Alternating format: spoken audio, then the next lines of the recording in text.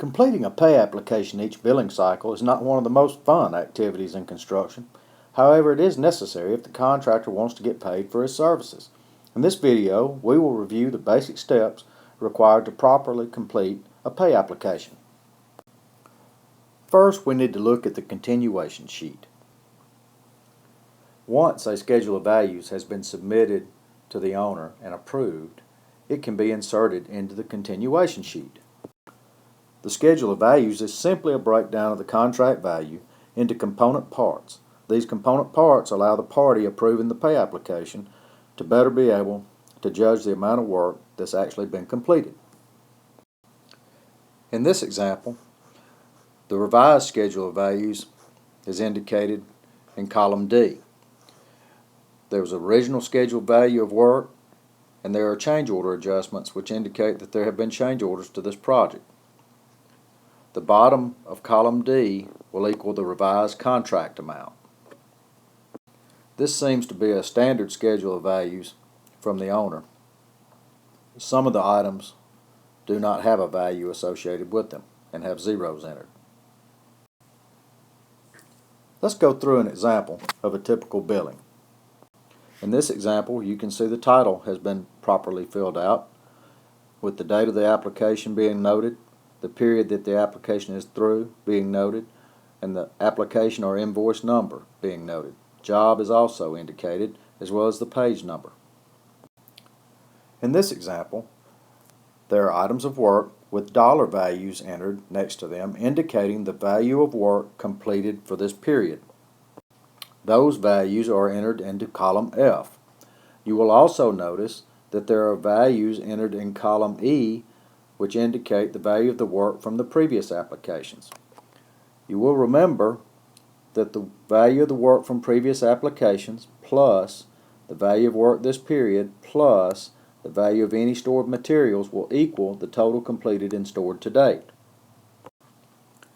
The bottom of column H indicates that there has been $106,300 completed and stored to date. Other items of importance to note: there is zero retainage being held on this contract, so therefore the retainage amount will be zero. The project is currently approximately 66% complete. The 66% is calculated at the bottom and is not a sum of the items in the columns above. So that percentage would be calculated by dividing the total completed to date by the revised total schedule of values of the revised contract amount, and that will equal the 66%. And once G703 has been properly completed, the $106,300 and the $0 for retainage will be carried forward to the summary sheet for calculating the amount of money due to the contractor. Once G703 is completed, the values for the total completed to date and retainage are carried forward to G702, and then G702 can be completed. Although this summary sheet is not identical, it's very similar to AIA G702. Many other types of billing formats are also very similar to the AIA document.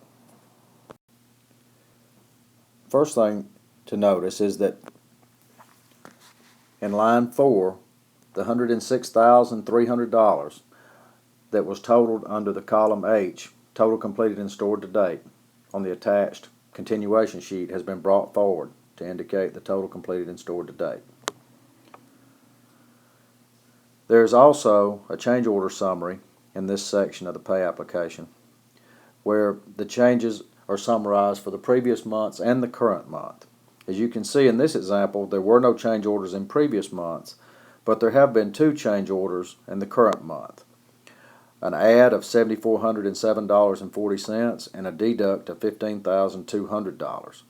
So the net change by change order is minus or a deduct of $7,792.60. This net change of $7,792.60 is inserted in line 2 on the application for payment. So our original contract sum is noted in item number 1, $168,034. The change order amount of deduct of $7,792.60 leaves us with a total contract sum to date of $160,241.40. As previously stated, we have a total completed and stored to date of $106,300. There is zero retainage on this contract, so the total earned less retainage is $106,300. You will note that line 7 is previous certificates for payment, and it indicates that that value of $28,700 should be taken from line 6 from the previous certificate for payment. So if we look back at pay application number 1-TC and look at line 6, we will find that the value was $28,700. So coming back to our pay application number 2, we insert the $28,700 in line 7 under previous certificates for payment. So total earned less retainage in line 6 minus our previous certificates for payment of $28,700 leaves us with a current payment due of $77,600. $77,600. If we take line 3, which is the contract sum to date, and we subtract the total earned less retainage, or total completed to date less retainage, we will be left with the balance to finish, which is $53,941.40. To complete the pay application, we must finish the certification sheet. This particular pay application includes a partial release of lien as part of the cover sheet.